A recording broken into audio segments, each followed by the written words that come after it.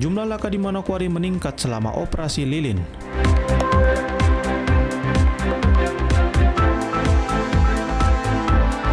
Longsor ancam ruas jalan translokal Kampung Macuan.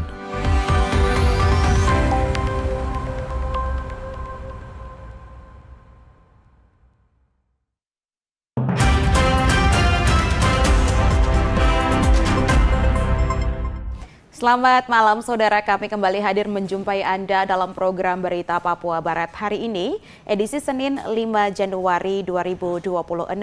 Sejumlah informasi dari daerah di Papua Barat dan Papua Barat Daya akan kami hadirkan untuk Anda. Bersama saya Aprilia Nikmur, inilah Papua Barat hari ini selengkapnya.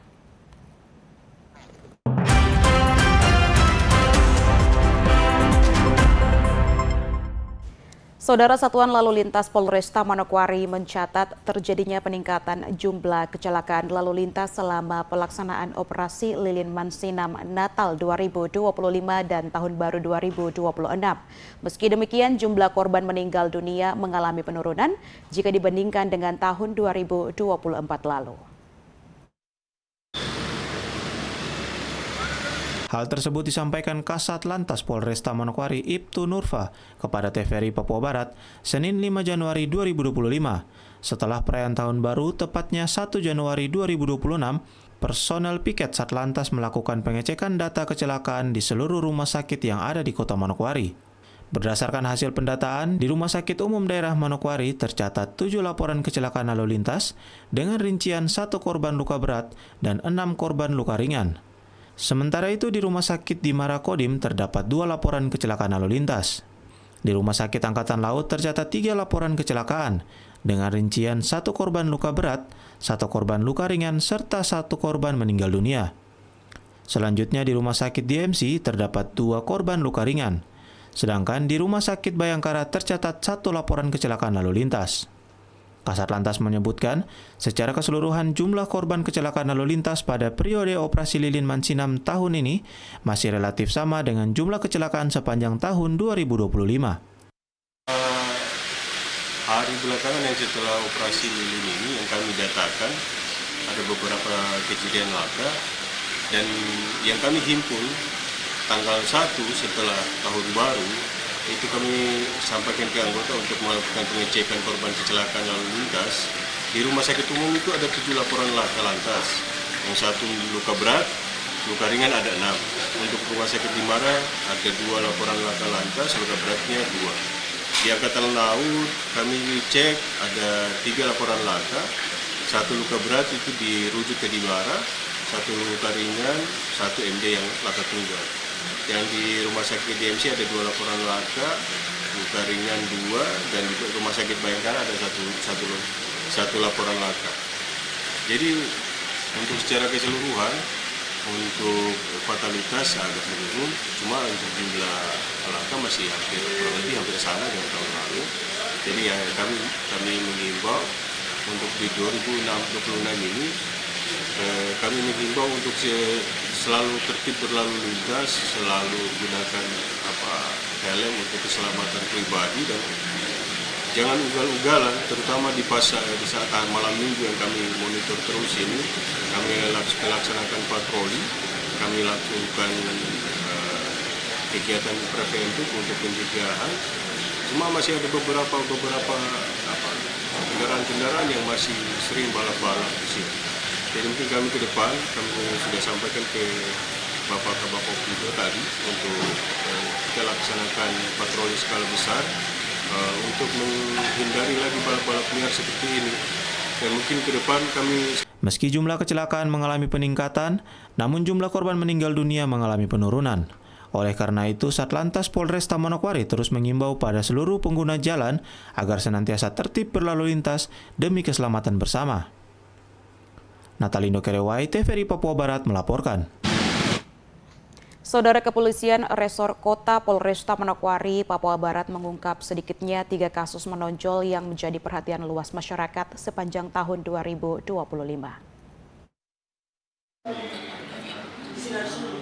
Kapolresta Manokwari Komisaris Besar Polisi Ongki Isgunawan menyampaikan pengungkapan ketiga kasus tersebut merupakan bentuk komitmen Polresta Manokwari dalam memberikan kepastian hukum serta menjawab keresahan masyarakat.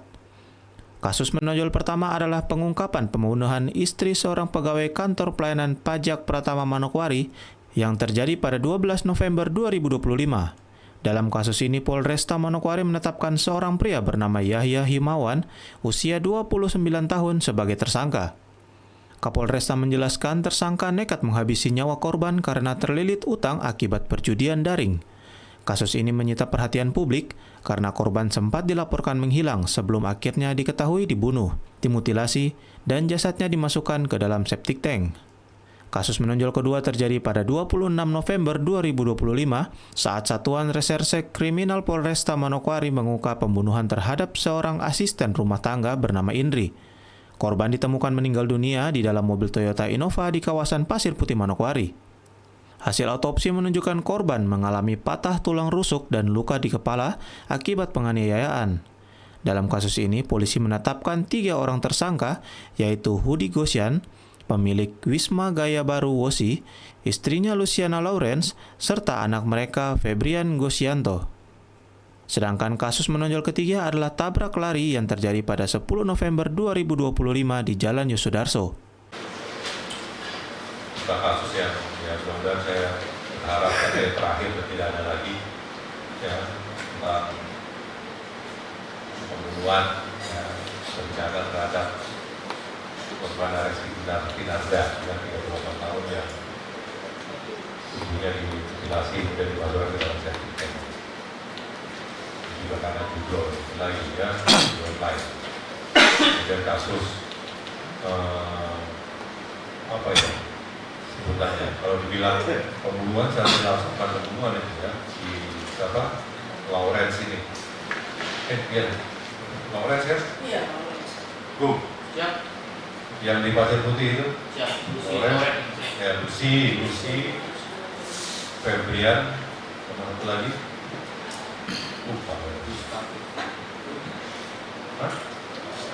Gustaf. Itu sebenarnya ya kelalaian itu banyak masuknya juga.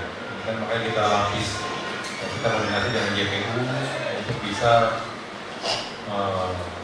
memberikan sanksi hukuman yang kenapa ini kita naikkan statusnya tadinya kan memang sanksi kita sempat pulangkan karena sudah melebihi waktu 24 jam kita pulangkan bukan berarti kita diamkan, kita bisa monitor kemudian setelah kita gelar perkara kemudian kita coba cari bukti hukum yang lain alat bukti yang lain alhamdulillah kita sudah punya keyakinan bahwa mereka ini pelakunya.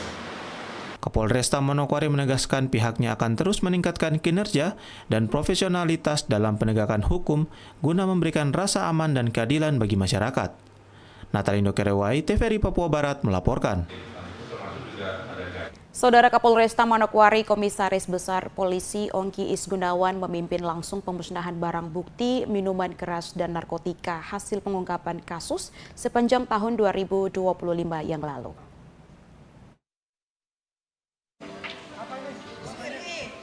Pemusnahan barang bukti ini dilaksanakan di halaman Polresta Manokwari belum lama ini. Barang bukti yang dimusnahkan meliputi minuman keras lokal jenis Capticus yang disimpan dalam berbagai kemasan mulai dari botol air mineral, drum, ember, dandang, tong, hingga jerigen. Selain itu, turut dimusnahkan 37 botol minuman oplosan arak Bali ukuran sedang serta 2 kotak kayu berisi metanol. Aparat kepolisian juga memusnahkan barang bukti narkotika berupa ganja sebanyak 27 paket dengan berat total 250 gram, 3 paket sabu seberat 5 gram, serta 8 paket tembakau sintetis dengan berat total 20 gram. Seluruh barang bukti dimusnahkan dengan cara dibakar dan dilarutkan. Kapolresta Manokwari menjelaskan, seluruh barang bukti yang dimusnahkan merupakan hasil pengungkapan kasus oleh Satuan Reserse Narkoba Polresta Manokwari sepanjang tahun 2025. Kasus narkoba 2025 itu ada 23 kasus. 17 sudah selesai, ya, sudah P21, kemudian 6 masih proses sidik. Itu terdiri dari 8 kasus pangan. Ya, pangan ini ya minuman miras lokal dan sebagainya, kemudian 5 sabu dan 10 ganja. Nah, sedangkan untuk barang bukti, ya untuk kasus-kasus ini, sebanyak 23 kasus ini, itu kita limpahkan ke JPU, ke Kejaksaan, kemudian untuk diproses ke pengadilan. Nah, untuk yang ada di hadapan rekan-rekan sekalian ini adalah ada di sini sabu, kemudian juga ada ganja, kemudian juga ada minuman-minuman yang kita dapatkan, minuman keras yang kita dapatkan dari pelabuhan dan tidak memiliki pemiliknya atau tidak bertuan, ya. Ini akan kita musnahkan, nanti kita sama-sama musnahkan untuk yang ganja maupun yang dari sabu nanti akan kita sepakat.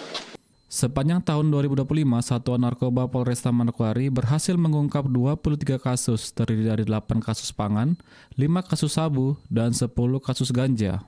Dari jumlah tersebut, 17 kasus telah rampung hingga tahap penyidikan, sedangkan 6 kasus lainnya masih dalam proses. Kapolresta Manokwari menambahkan, miras jenis Capticus sepanjang tahun ini banyak ditemukan di atas kapal penumpang yang sandar di Pelabuhan Manokwari. Natalindo Kerewai, TVRI Papua Barat, melaporkan. Kita beralih ke informasi lain, saudara, hujan dengan intensitas tinggi yang terjadi dalam beberapa waktu terakhir mengakibatkan longsor pada ruas jalan translokal di Kampung Macuan, Distrik Masni, Kabupaten Manokwari, Papua Barat.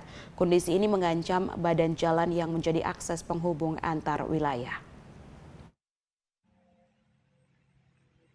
Longsor yang terjadi di ruas jalan translokal Kampung Macuan, Distrik Masni, Manokwari, Papua Barat, di mana curah hujan yang tinggi menyebabkan tebing di sisi sungai tergerus hingga sebagian tanah amblas dan mendekati badan jalan. Kondisi tersebut dikhawatirkan akan semakin parah apabila hujan kembali turun karena dapat mengakibatkan kerusakan lanjutan serta membahayakan keselamatan pengguna jalan. Terlihat sebagian badan jalan sudah mengalami penurunan dan hanya menyisakan bahu jalan yang sempit untuk dilalui kendaraan. Diketahui ruas jalan ini merupakan akses vital yang menghubungkan Distrik Masni dengan pusat Kabupaten Manokwari, serta juga menjadi jalur utama mobilitas masyarakat dan menuju sejumlah kampung di Distrik Masni. Aktivitas ekonomi, pendidikan, dan pelayanan publik masyarakat sangat bergantung pada jalur ini. Warga berharap pemerintah daerah dapat memberikan perhatian khusus melalui penanganan cepat dan tepat guna mencegah kerusakan yang lebih parah serta menjamin keselamatan pengguna jalan. Hingga saat ini warga setempat masih berhati-hati saat melintasi lokasi longsor sembari menunggu adanya penanganan dari pihak terkait. Dari War Pramasi, Maurits Rumaropen, TVRI Papua Barat melaporkan. Saudara, aktivitas penumpang di 2 moda transportasi udara dan laut di Manokwari, Papua Barat terpantau aman dan lancar hingga saat ini. Belum terlihat lonjakan masyarakat yang hendak kembali setelah merayakan libur Natal dan Tahun Baru. Memasuki hari-hari terakhir masa liburan Natal dan Tahun Baru, aktivitas di Bandara Rendani Manokwari dan pelabuhan masih berlangsung normal. Berdasarkan pantauan di lapangan, arus penumpang keberangkatan maupun kedatangan belum mengalami peningkatan yang signifikan, sehingga kondisi ruang tunggu dan loket pelayanan masih terkendali aman. Hingga saat ini belum terjadi penumpukan penumpang di bandara maupun pelabuhan, serta aktivitas transportasi udara dan laut masih terpantau berjalan sesuai jadwal. Pihak terkait memperkirakan peningkatan arus balik akan terjadi dalam beberapa hari ke depan, meski belum terjadi lonjakan arus penumpang, pemantauan dan antisipasi arus balik libur Natal Tahun Baru. Masyarakat dihimbau untuk memantau informasi resmi terkait jadwal keberangkatan maupun kedatangan dengan koordinasi dan pengawasan yang terus dilakukan. Aktivitas transportasi udara dan laut di Manokwari, Papua Barat diharapkan tetap aman, lancar dan kondusif selama masa arus balik Nataru. Yosep Hai, TVRI Papua Barat melaporkan. Saudara, hari ini beberapa sekolah mulai melakukan aktivitas setelah libur Nataru. Salah satunya adalah pendaftaran ulang yang dilakukan oleh para siswa SMA Negeri 1 Manokwari.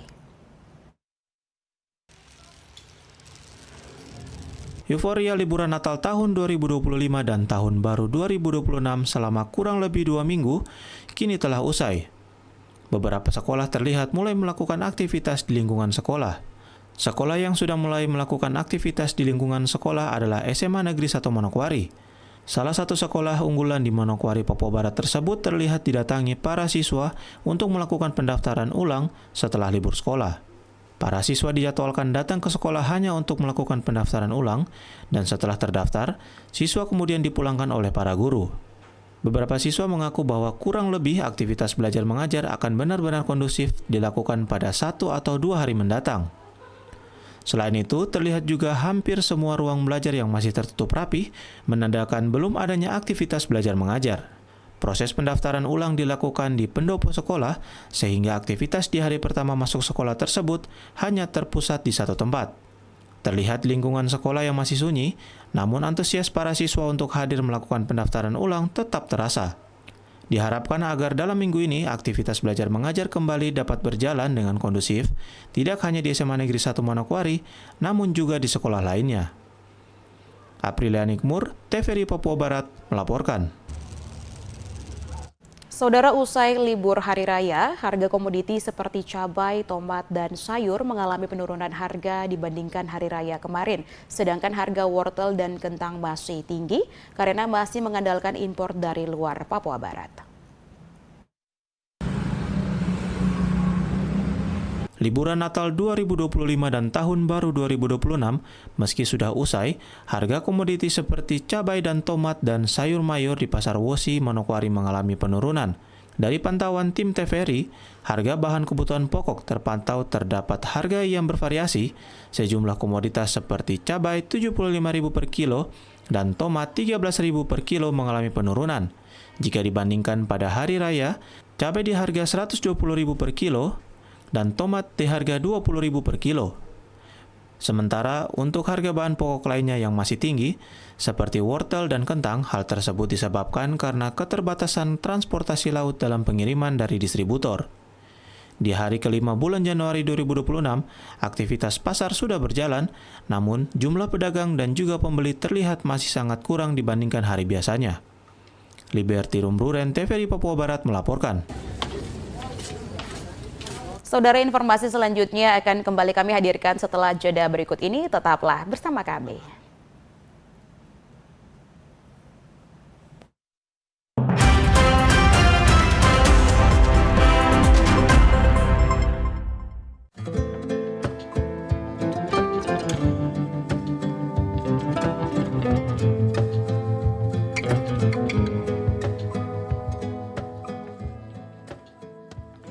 Assalamualaikum warahmatullahi wabarakatuh.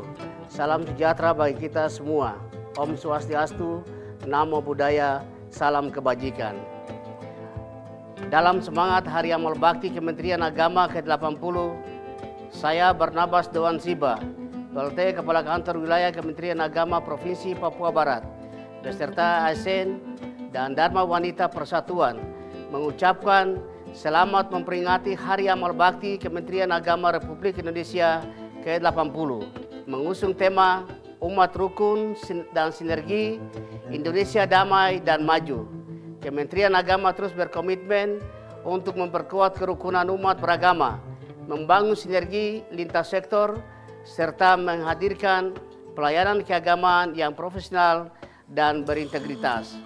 Momentum Hari Amal Bakti ini menjadi pengingat bagi seluruh aparatur Kementerian Agama untuk terus meningkatkan kinerja, menjaga persatuan, dan berperan aktif dalam menciptakan kehidupan berbangsa yang harmonis. Mari kita bersama merawat kerukunan, memperkuat moderasi beragama, dan bersinergi membangun bangsa demi terwujudnya Indonesia yang maju dan damai. Dirgahayu Hari Amal Bakti Kementerian Agama ke-80, Kementerian Agama semakin jaya dan terpercaya.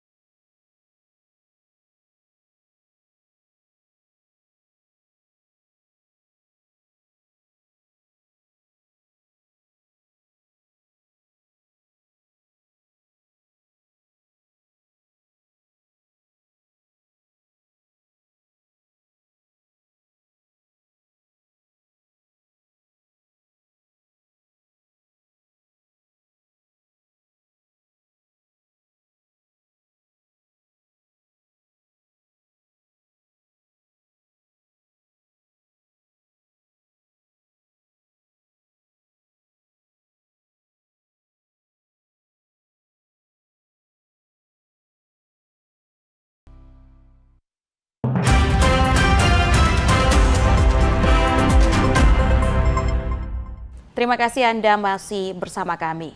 Saudara, resmi 1002 honorer diangkat menjadi ASN di Provinsi Papua Barat. Gubernur Papua Barat Domingus Mendecan berharap BKD Papua Barat segera melakukan komunikasi dengan BKN Regional 14 Manokwari untuk melaksanakan uji kompetensi bagi 1002 honorer. Tepat tanggal 24 Desember 2025 menjadi kabar gembira bagi 1002 honorer di lingkungan pemerintah Papua Barat. Penetapan tersebut tertuang dalam keputusan Menteri Pan-RB Republik Indonesia nomor 1336 tahun 2025 tentang penetapan aparatur sipil negara dari tenaga honorer dengan menggunakan kebutuhan tahun 2021 di lingkungan pemerintah Provinsi Papua Barat. Dalam apel gabungan di lingkup pemerintah Papua Barat pada Senin 5 Januari 2026, Gubernur Papua Barat dalam arahannya mengatakan menindaklanjuti keputusan Menteri Pan-RB Republik Indonesia, Badan Kepegawaian Daerah Papua Barat segera melakukan komunikasi dengan kantor BKN Regional 14 Manokwari untuk melaksanakan uji kompetensi agar semua pegawai dapat bekerja sesuai dengan SK yang sudah diberikan. BKD segera tindak lanjut untuk mereka sampaikan ke BKN Kandre ke-14 untuk segera macam uji kompetensi bagi mereka supaya selesai dan mereka sudah harus bekerja. Ataupun SK-nya segera diproses orang per orang untuk akan menindaklanjuti dari keputusan Menpan RB. Pak Gawin ada toh? Oh ya, terima kasih, luar biasa.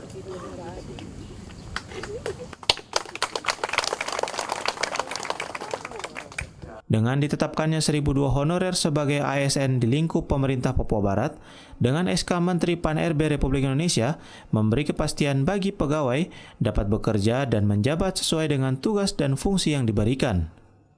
Jimmy Tabisu, TVRI Papua Barat melaporkan. Saudara, Senin 5 Januari 2026 memimpin apel perdana di tahun 2026, Wakil Bupati Fak-Fak soroti kehadiran ASN. Dirinya berharap di tahun 2026 ini ASN dapat lebih produktif melaksanakan pelayanan publik. Hal tersebut merupakan amanat Wakil Bupati Fak-Fak, Donatus Nimbit Kendik, di saat memimpin apel awal tahun pada Senin 5 Januari 2026. Dalam arahan pertama, Wakil menyoroti kehadiran sebagian besar ASN dan PNS di apel hari pertama kerja. Setelah liburan panjang di Nataru, Donatus juga mempertanyakan status ASN tersebut. Teman-teman yang mungkin belum hadir tadi saya dengar cukup banyak. Mungkin mereka masih libur atau belum kembali ke tempat kerja. Saya minta nanti setelah apel ini masing-masing OPD ya, absennya nanti dikumpul untuk kita serahkan langsung ke Pak Bupati, mohon maaf kepada saya Pak Wakil, untuk saya coba mau cek memang mereka ini betul-betul ada di masih liburan atau ada di dalam kota sini, tapi mungkin belum tahu bahwa hari ini kita harus masuk kantor. Karena edaran yang dikeluarkan untuk kita hari ini masuk kantor itu berdasarkan edaran dari Bapak Gubernur. Sehingga kita... Sementara itu Sekda Fak-Fak Sulaiman Uswanas Kabupaten Fak-Fak di tahun 2025 telah menetapkan APBD 2026. Akan ada laporan setiap bulan dan evaluasi setiap 3 bulan sekali agar kendala bisa transparan. Lalu berkaitan dengan tahapan APBD, setelah penetapan kami berkewajiban melakukan evaluasi di tingkat provinsi, dan ini akan kami lakukan pada minggu ini, kurang lebih nanti kita mungkin sekitar di hari Kamis atau hari Jumat. Kalau berkaitan materi, tim sudah mengantarkan materi ke Manokwari, namun ini karena hari libur, jadi kami mungkin nanti hari Kamis atau hari Jumat baru dijadwalkan. Secara ketentuan, setiap akhir tahun, setiap akhir bulan, tanggal 10 bulan berikutnya itu wajib setiap OPD menyampaikan laporan keuangannya berkaitan untuk laporan keuangan bulanan. Nah, kami sudah strategikan tanggal 10 laporan masuk, lalu kita menyusun laporan keuangan di kabupaten untuk mengantisipasi pemeriksaan BPK. Dan kita lihat nanti di 3 bulan pertama akan dilakukan evaluasi secara menyeluruh untuk pelaksanaan kegiatan, baik kegiatan yang sudah atau kegiatan yang akan kita lakukan. Hadir dalam apel perdana tahun 2026, Wakil Bupati Fakfak, Sekda Sulaiman Uswanas, Asisten Sekda, Arif Rumagesan, Kepala Bapeda dan Litbangda, AP Rengen, dan para OPD lainnya. Frans Tamaela, kontributor TVRI melaporkan dari Fakfak, Papua Barat. Saudara, pemerintah Kabupaten Maibrat bersama TNI Polri menggelar apel perdana di tahun 2026. Dalam kesempatan tersebut, Bupati dan Wakil Bupati Maibrat, Karel Murafer dan Ferdinando Solosa membeberkan capaian pembangunan dalam waktu 11 bulan masa kepemimpinan. Bupati Maibrat Karel Murafer memimpin apel perdana di tahun 2026. Apel perdana yang berlangsung di halaman kantor Bupati Maibrat diikuti ASN, honor daerah sebanyak 546 yang baru diangkat dan TNI Polri pada Senin 5 Januari 2026. Dari pantauan di lapangan, hadir dalam apel perdana Wakil Bupati Maibrat Ferdinando Solosa, Sekretaris Daerah Maibrat Ferdinando Staa, Kapolresta Maibrat, dan Dandim 1809 Maibrat. Bupati Maibrat Karel Murafer mengatakan, Kabupaten Maibrat hadir untuk memberikan kesejahteraan bagi masyarakat, terutama bagi pegawai yang ada di lingkungan pemerintah daerah. Bupati tegaskan kepada ASN di awal tahun baru ini harus meningkatkan etos kerja dan semangat kerja yang baru demi bekerja melayani masyarakat. Selanjutnya, kata Bupati, tingkat kepuasan akan dinilai oleh LSM atau masyarakat sendiri. Bupati mengakui selama memimpin Kabupaten Maibrat 11 bulan ini, situasi Kabupaten Maibrat aman dan kondusif. Hal itu tidak terlepas dari dukungan masyarakat dan personil TNI Polri yang telah menjaga keamanan. Selain itu, Bupati Karel Murafer juga membeberkan capaian pembangunan selama 11 bulan menjabat sebagai Bupati dan Wakil Bupati Maibrat, antara lain infrastruktur jalan dan jembatan yang saat ini terus mengalami peningkatan di sejumlah wilayah A3. Selain sektor kesehatan dan pendidikan menjadi fokus utama ke wilayah konflik, menjadi perhatian pemerintah. Banyak sekali kita lakukan jalan, jembatan, air bersih, perumahan, bidang pendidikan, kesehatan. Tinggal kita nanti resmikan. 1-2 hari ke depan ini kita mulai resmikan dari Fatmayaf, mulai dari kantor Dinas PU, kemudian berapa proyek jalan yang ada di lingkungan Fatmayaf ini, ibu kota ini kita resmikan satu kaligus untuk 1-2 hari ke depan yang sudah selesai. Kecuali jembatan yang menghubungkan jalur Fatmayaf menuju Framafir. Ini yang lagi dikerjakan, tapi karena pekerjaan konstruksi masih jalan, ke depan ya pasti ada perubahan, mereka bisa selesaikan untuk kasih tuntas dengan kita berpusat kepada mulai bangun dari ibu kota. Kemudian kita juga perhatikan daerah-daerah pinggiran seperti Aifat Timur, Mare, Aitunyo, kemudian Aifat Selatan. Aifat Selatan Fiok sudah kemarin kita sudah dorong itu, sudah 2 kilo masuk dari Tasimara turun. Ke depan kalau itu masuk di tanggap darurat ya kita bisa dorong untuk sampai Fiok. Lalu Kisor yang lain sudah kondisi keamanan di wilayah ini aman, apalagi mereka dari Kisor. Kita mau turun sendiri juga tidak ada apa-apa. Mereka sudah sadar untuk mereka benar-benar untuk kembali untuk bangun kampung halamannya sendiri. Usai apel perdana tahun 2026, ratusan pegawai negeri sipil bersama TNI Polri berbaris dan bersalaman bersama Bupati dan Wakil Bupati, Sekda Kapolres dan Dandim 1809 Maibrat. Tim Liputan TVRI Papua Barat melaporkan. Saudara, dalam rangka menyambut Tahun Baru, PT Conswest Papua Semen menggelar acara perayaan dan syukur bersama dengan mengusung tema Proud to be Cementer. Kegiatan ini menjadi momen kebersamaan sekaligus refleksi atas kinerja perusahaan sepanjang tahun yang telah dilalui. Perayaan Tahun Baru PT Conswest Papua Semen digelar di area perusahaan PT Cons Manokwari, Papua Barat, dihadiri oleh direktur serta jajaran manajemen dan seluruh karyawan serta perwakilan keluarga karyawan. Mengusung tema Proud to be Cementer, perayaan Tahun Baru ini menjadi simbol kebanggaan dan solidaritas seluruh insan PT Conswest Papua Semen. Dan tema ini mencerminkan fondasi dan ketangguhan, disiplin, serta komitmen karyawan dalam mendukung operasional perusahaan serta pembangunan negeri. Jenderal PT Conswest Papua Semen menyampaikan, dengan memasuki tahun 2026, ia mengajak seluruh karyawan untuk membawa kebanggaan ini ke level berikutnya dan jangan jadikan pekerjaan ini sekedar rutinitas mencari nafkah, tetapi jadikan sebagai bentuk pengabdian. 2025年并不容易，我们面临着人体的价格波动、物价挑战等各类生产难题。 Tahun 2025 bukanlah tahun yang mudah, kita menghadapi fluktuasi harga material, tantangan logistik, hingga persoalan produksi lainnya.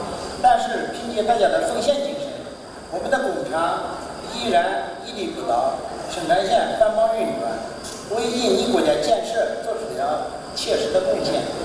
Namun berkat dedikasi Anda semua, pabrik kita tetap berdiri kokoh, mengumpulkan asap produktivitas dan memberikan kontribusi nyata bagi pembangunan negeri.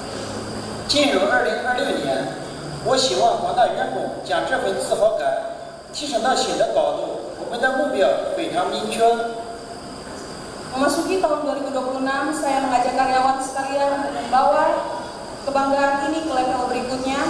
Jangan jadikan pekerjaan ini sekedar rutinitas mencari nafkah, tapi jadikan sebagai bentuk pengabdian. Suasana perayaan semakin meriah dengan penampilan band Gen Z Project yang menghibur seluruh karyawan dan tamu undangan sepanjang acara. Berbagai penampilan Semen Got Talent turut ditampilkan oleh karyawan dari berbagai departemen, menunjukkan kreativitas dan bakat yang dimiliki para insan sementer dan ditutupi dengan pembagian door prize bagi pemenang kupon berhadiah. Kegiatan ini tidak hanya menjadi ajang hiburan, namun juga sarana untuk mempererat kebersamaan, membangun semangat kerja, dan menumbuhkan rasa memiliki terhadap perusahaan. Dengan semangat Proud Be to Sementer, PT Conswest Papua Semen optimis menyongsong tahun baru dengan komitmen untuk terus bekerja profesional, inovatif, dan berkontribusi positif bagi pembangunan dan kesejahteraan masyarakat. Yosep Hai, TVRI Papua Barat melaporkan. Saudara, komitmen tingkatkan ekonomi masyarakat di Kabupaten Fak-Fak, Papua Barat, DPD Partai Golkar Papua Barat serahkan bantuan modal usaha dan peralatan rumah ibadah serta peralatan sekolah.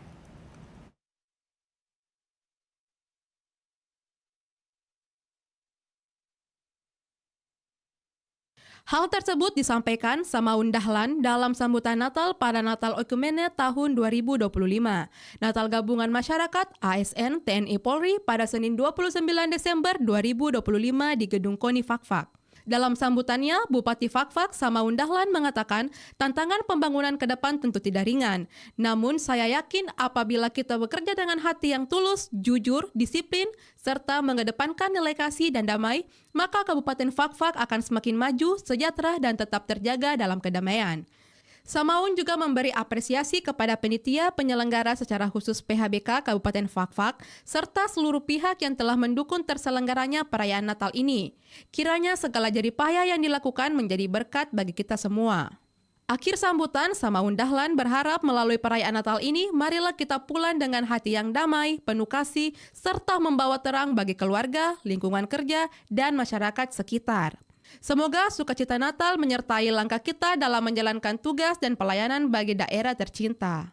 Hadir dalam perayaan Natal, Bupati dan Wakil Bupati serta kedua ibu perwakilan Korem 182, Jasira Onim dan Dim 1803 Fak-Fak, Kapolres Fak-Fak, tokoh agama, Ketua FKUB Ali Hindom, tokoh adat, tokoh masyarakat, para pimpinan denominasi gereja, para pelayan firman, dan dimeriahkan oleh grup Jukulele dan berbagai sekolah minggu di kota Fak-Fak. Natal Oekumene 2025 tetap dengan sorotan tema nasional Allah hadir untuk menyelamatkan keluarga. Berlangsung di Gedung KONI Fak-Fak, Jalan di Panjaitan Fak-Fak, Provinsi Papua Barat. Dari Fak-Fak, Frans Tamela, kontributor TVRI Papua Barat, melaporkan. Saudara Bupati Fak-Fak Samaun Dahlan mengajak masyarakat Kabupaten Fak-Fak untuk membangun Kabupaten Fak-Fak ke depan dengan mengedepankan kasih, damai, dan sukacita, sehingga pembangunan daerah ini akan berjalan mulus. Hal tersebut disampaikan Samaun Dahlan dalam sambutan Natal pada Natal Oekumene tahun 2025. Natal Gabungan Masyarakat ASN TNI Polri pada Senin 29 Desember 2025 di Gedung KONI Fak-Fak. Dalam sambutannya, Bupati Fakfak Samaun Dahlan mengatakan tantangan pembangunan ke depan tentu tidak ringan. Namun saya yakin apabila kita bekerja dengan hati yang tulus, jujur, disiplin, serta mengedepankan nilai kasih dan damai, maka Kabupaten Fakfak akan semakin maju, sejahtera, dan tetap terjaga dalam kedamaian. Samaun juga memberi apresiasi kepada panitia penyelenggara secara khusus PHBK Kabupaten Fakfak serta seluruh pihak yang telah mendukung terselenggaranya perayaan Natal ini. Kiranya segala jerih payah yang dilakukan menjadi berkat bagi kita semua. Akhir sambutan, Samaun Dahlan berharap melalui perayaan Natal ini, marilah kita pulang dengan hati yang damai, penuh kasih, serta membawa terang bagi keluarga, lingkungan kerja, dan masyarakat sekitar. Semoga sukacita Natal menyertai langkah kita dalam menjalankan tugas dan pelayanan bagi daerah tercinta. Hadir dalam perayaan Natal, Bupati dan Wakil Bupati serta kedua Ibu Perwakilan Korem 182, Jasira Onim dan Dim 1803 Fakfak, Kapolres Fakfak, tokoh agama, Ketua FKUB Ali Hindom, tokoh adat, tokoh masyarakat, para pimpinan denominasi gereja, para pelayan firman, dan dimeriahkan oleh grup Jukulele dan berbagai sekolah minggu di kota Fakfak. Natal Oikumene 2025 tetap dengan sorotan tema nasional Allah hadir untuk menyelamatkan keluarga. Berlangsung di Gedung KONI Fakfak, Jalan di Panjaitan Fakfak, Provinsi Papua Barat. Dari Fakfak, Frans Tamela, kontributor TVRI Papua Barat, melaporkan. Saudara, informasi selanjutnya akan kembali kami hadirkan setelah jeda berikut ini. Tetaplah bersama kami.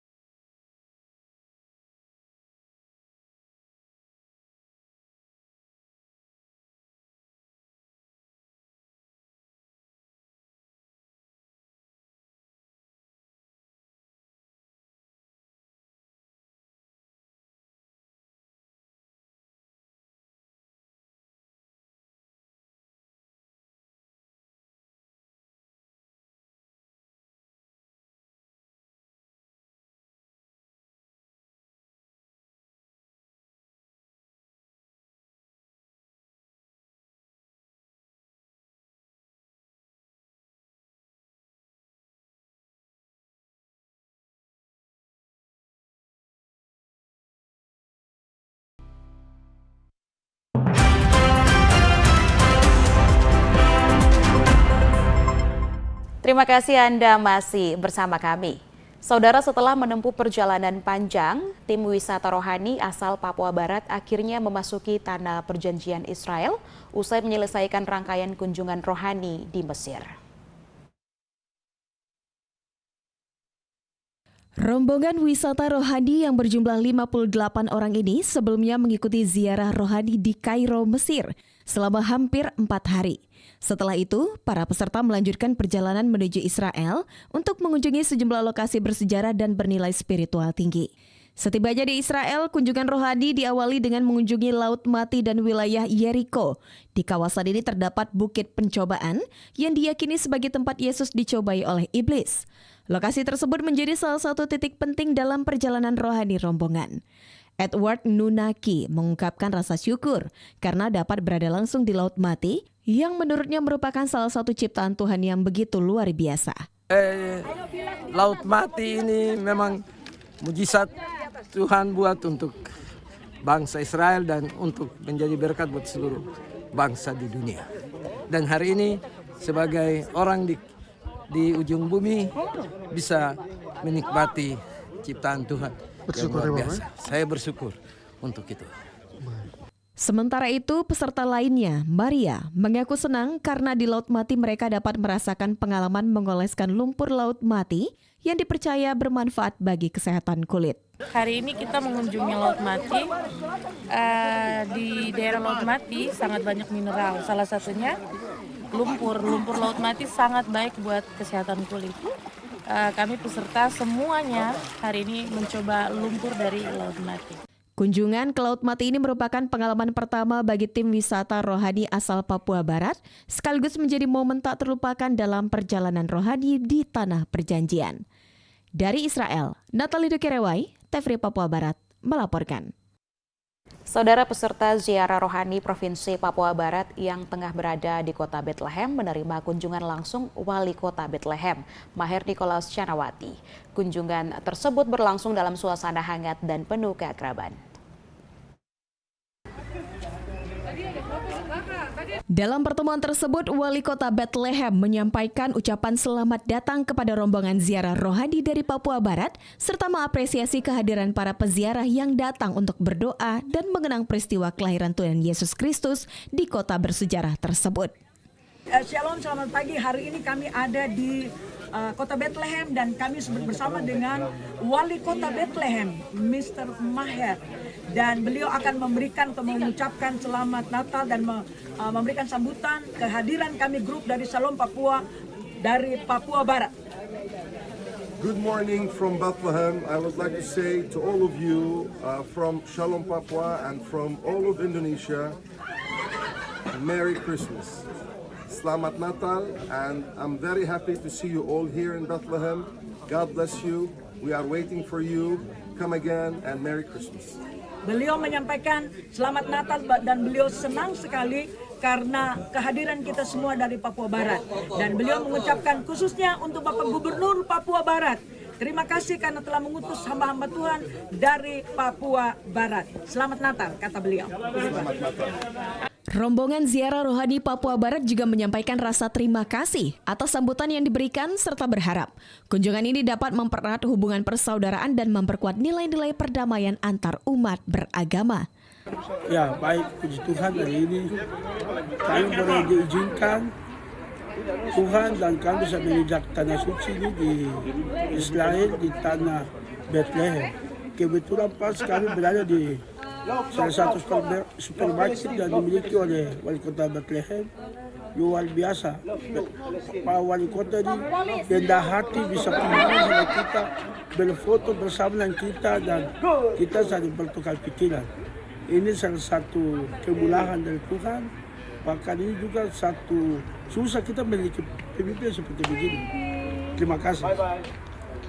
Pertemuan ini menjadi salah satu momen berkesan dalam rangkaian perjalanan spiritual para peserta rohani Papua Barat selama berada di Bethlehem, wilayah otoritas Palestina. Dari Bethlehem, Palestina, Natali Dukerewai, TVRI Papua Barat, melaporkan. Saudara, memasuki hari kedua rangkaian wisata rohani di Tanah Perjanjian, tim wisata rohani asal Provinsi Papua Barat melanjutkan kunjungan ke sejumlah situs bersejarah yang memiliki nilai penting dalam perjalanan iman Kristiani. Perjalanan diawali dengan mengunjungi tempat perjamuan terakhir atau The Last Supper Room yang diyakini sebagai lokasi Yesus Kristus mengadakan perjamuan terakhir bersama ke-12 muridnya sebelum penyaliban. Di tempat ini, para peserta mengikuti doa bersama dan perenungan firman Tuhan. Rombongan kemudian melanjutkan kunjungan ke makam Raja Daud, tokoh besar dalam sejarah Israel yang dikenal sebagai raja dan pemazmur. Kunjungan ini menjadi momen refleksi atas kepemimpinan yang takut akan Tuhan. Selanjutnya, peserta wisata rohani mengunjungi Garden Tomb yang diyakini sebagai salah satu lokasi makam Yesus. Suasana tenang dan penuh kehusyukan dimanfaatkan para peziarah untuk berdoa dan merenungkan makna kebangkitan Kristus. Kita berada di Bukit Zion. Di Bukit Zion ada satu tempat yang namanya ruangan perjamuan terakhir atau loteng Yerusalem. Tuhan Yesus berkata kepada murid-muridnya, pergi ke loteng ini dan mempersiapkan hari raya Paskah. Orang Yahudi mempunyai 3 hari raya. Satu yang namanya Sukkot, satu yang namanya Shavuot, dan satu yang namanya Paskah. Apa artinya Paskah, Bapak dan Ibu? Paskah artinya melewati, Passover. Apa artinya Passover? Artinya skip, melewati. Kenapa orang Yahudi merayakan Paskah? Karena pada masa budak yang ada di Ketua Travel Shalom Papua, Emma Wanma, berharap di akhir perjalanan ziarah ini, rombongan wisata rohani dapat membawa berkah bagi Papua Barat, serta menjadi berkat bagi pemerintah dan seluruh masyarakat. Rombongan kali ini yang berjumlah 57 orang, kami boleh mengunjungi ketika kami dari Manokwari, Jakarta, Dubai, Mesir, dan bisa menjalankan semua program dengan baik. Dan hari ini kami ada di Yerusalem dengan program yang cukup banyak, dan kami percaya bahwa kunjungan-kunjungan berikutnya akan dapat dijalani dengan baik. Semua rombongan pasti dalam pimpinan Tuhan, dalam keadaan yang sehat, dalam keadaan yang baik. Doa kami supaya semua tempat bisa dikunjungi dengan baik, dan akhir dari ziarah ini kami akan melihat semua rombongan membawa sesuatu untuk Papua Barat, untuk Manokwari. Puji Tuhan, kiranya Tuhan memberkati, bahkan berkat yang sama menjadi bagian Bapak Gubernur dan seluruh OPD yang ada di Papua Barat. God bless you all. Terima kasih. Perjalanan berlanjut ke Bukit Zaitun, tempat bersejarah yang menawarkan panorama kota Yerusalem sekaligus menjadi saksi berbagai peristiwa penting dalam kehidupan Yesus.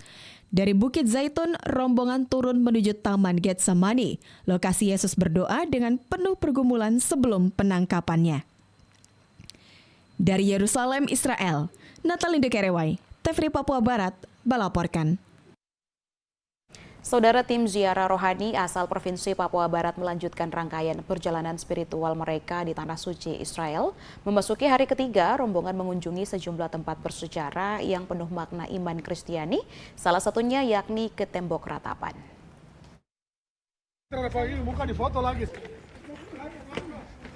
Di hari ketiga perjalanan, tim ziarah rohani Papua Barat mengawali kunjungan ke Kolam Bethesda. Tempat ini dikenal dalam Alkitab sebagai lokasi Yesus menyembuhkan seorang yang telah sakit selama 38 tahun. Selanjutnya, rombongan mengunjungi gereja Santa Ana. Gereja bersejarah ini dibangun untuk menghormati Santo Yoakim dan Santa Ana, orang tua dari Bunda Maria. Di tempat ini, diyakini Bunda Maria dilahirkan dan dibesarkan. Kolam dikenali dengan nama Kolam Bethesda, dua kata dalam bahasa Aramaik dan dalam bahasa Ibrani. Bet artinya rumah, Bethesda artinya rumah anugerah. Oke, rumah belas kasihan. Di sini banyak orang tunggu, banyak orang sakit, penyakit yang punya sakit, penyakit tunggu di sini karena mereka tahu malaikat Tuhan turun dari surga dan menggoncangkan air. Air mulai bergoncang, itu berarti Rohul Kudus turun, dan itu berarti ada penyembuhan. Orang pertama yang masuk ke dalam kolam ini menjadi sembuh.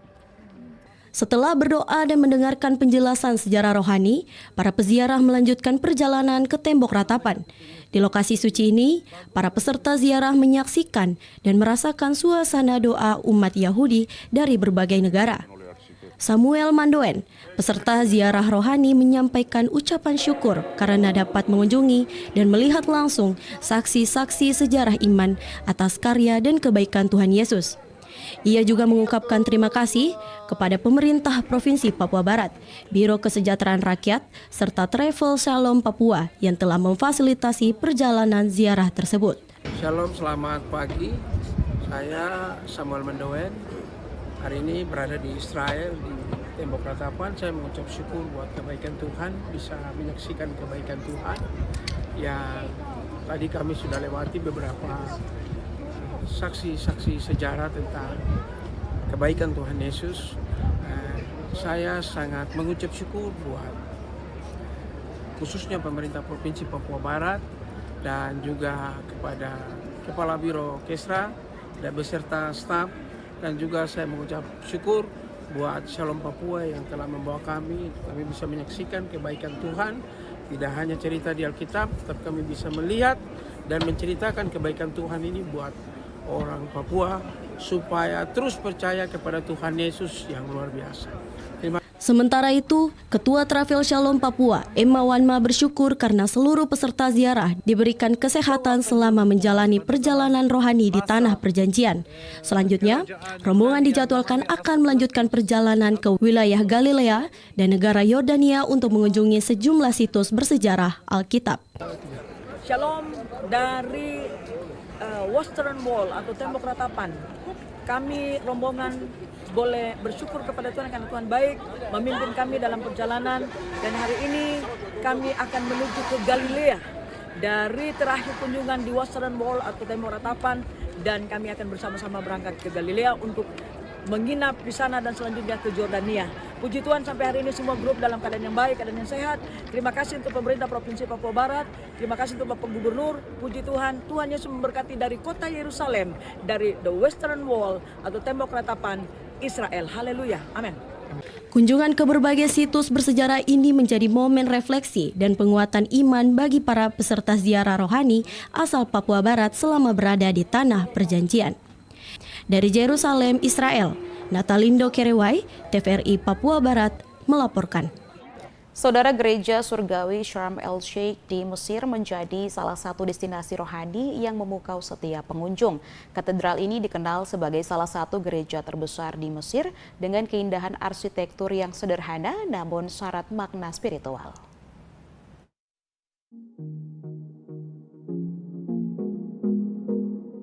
Berdiri megah di kawasan wisata Sharm el-Sheikh, gereja ini langsung mencuri perhatian melalui desain bangunannya yang elegan dan harmonis. Konsep arsitektur yang sederhana justru mempertegas nuansa sakral serta menciptakan suasana tenang dan khusyuk bagi setiap pengunjung. Bagian dalam gereja dihiasi beragam dekorasi dan lukisan artistik bernilai tinggi. Setiap sudut menampilkan detail yang indah, mulai dari ornamen dinding, langit-langit hingga ikon religius yang menggambarkan kisah iman dan kehidupan rohani umat Kristiani. Sentuhan seni tersebut tidak hanya memperindah interior gereja, namun juga memberikan pengalaman spiritual yang mendalam bagi para peziarah. Gereja Katedral Surgawi sudah dibangun baru-baru pada 2011. Di atas sebuah gereja kecil, dan gereja ini buat semua orang Kristen dari gereja Koptik Ortodoks. Berlantai 2. Kita gereja ini bergaya bazilika, artinya ada halaman utama dan ada 2 warna kecil sebelah kiri kanan. Kita yang unik di gereja ini dihiasi atau dinding gereja ini dihiasi dengan gambar-gambar dan ikon-ikon dari perjanjian lama dan perjanjian baru. Sebelah kiri ada banyak gambar-gambar merupakan Nabi Musa ketika dia ditemukan oleh putri Firaun, lihat semak belokar dan memimpin umat Tuhan ke laut. Peserta ziarah rohani Pendeta Obajan Raunsai mengaku takjub dengan gambaran firman Allah yang ditulis di dalam gereja ini. Menurutnya setiap lukisan yang tertulis merupakan ilham langsung dari Tuhan, karena secara kemampuan manusia hal tersebut sangat sulit untuk dibuat. Mengenai gereja yang ada ini, saya terharu sedikit dari semua gambaran dari firman Allah yang ditulis dalam gereja ini. Ini pengilhaman langsung dari Tuhan yang bisa melukis ini. Secara manusia mereka tidak bisa menulis begini, tapi pengilhaman langsung dari Tuhan memberikan dia langsung hikmat, langsung dia menulis. Kalau seperti kita tulis secara manusia tidak bisa, secara pikiran logika manusia tidak bisa. Dia mendapat ilhaman dari Allah, sehingga Tuhan menyuruh dia sampai menyelesaikan semua ini. Ini bicara tentang firman dari perjanjian lama sampai perjanjian baru. Lengkap semua ada dalam sini. Dan ini yang disebut gereja kedatangan Tuhan akhir zaman. Tuhan Yesus berkati. Gereja Surgawi Sharm el-Sheikh kini menjadi simbol toleransi, keindahan seni, dan kekayaan warisan religius di Mesir. Selain sebagai tempat ibadah, katedral ini juga menjadi destinasi wisata rohani yang memadukan nilai iman, budaya, dan seni dalam satu kesatuan yang mengagumkan. Dari Kairo, Mesir, Natalindo Kerewai, TVRI Papua Barat melaporkan. Saudara, peserta ziarah rohani asal Papua Barat mengunjungi tempat pembuatan papirus di Mesir yang dikenal sebagai kertas pertama di dunia, hasil karya bangsa Mesir kuno. Papirus dibuat dari tanaman papirus yang tumbuh subur di sepanjang Sungai Nil. Dalam kunjungan tersebut, para peserta berkesempatan menyaksikan secara langsung proses pengolahan tanaman papirus hingga menjadi lembaran kertas. Pada lembaran papirus, peserta juga melihat berbagai tema yang menampilkan gambar tokoh-tokoh Alkitab. Mulai dari Perjanjian Lama hingga Perjanjian Baru seperti Yesus Kristus dan Bunda Maria. Lukisan. Oke, artinya di kertas papirus kita akan lihat gambar-gambar yang merupakan apa? Tema-tema dari Alkitab Suci, dari Perjanjian Lama, dari Perjanjian Baru. Oke, merupakan Yesus Kristus, Bunda Maria, Yesus Kristus di atas kayu salib, keluaran umat Tuhan dari tanah Mesir. Oke, apa gambar-gambar dari kuburan bangsa Mesir, Raja Ramses II yang terkenal di sejarah Mesir. Nanti besok Bapak Ibu Saudara kita akan mendiskusikan masalah keluaran umat Yahudi. Kunjungan ini menjadi pengalaman berharga bagi para peserta ziarah. Selain memperdalam iman, mereka juga memperoleh pengetahuan sejarah dan budaya yang berkaitan erat dengan peristiwa-peristiwa yang tercatat dalam Alkitab.